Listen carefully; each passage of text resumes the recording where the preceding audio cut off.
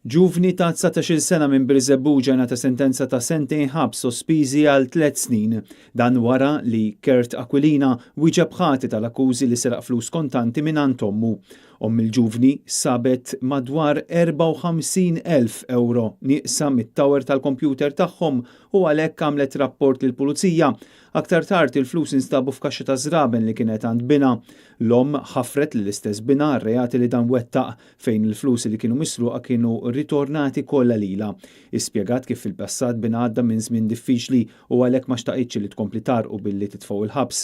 Id-difiża talbet għal pjena ta' ħabs sospiża minħabba illi dan kien l-ewwel episodju fejn Kurt Aquilina xellef difrieħ mal-ġustizzja. Fil-fatt il-prosekuzzjoni mexxija mill-ispetturi Mario Ciberras u Rodri Cattard ma oġġezzjonawx għal dan u ma ħadu konsiderazzjoni l-fatt li mill-istadju bikri tal-investigazzjoni il-ġuvni ikkopera magħhom u ddispjaċih għal dak li għamel.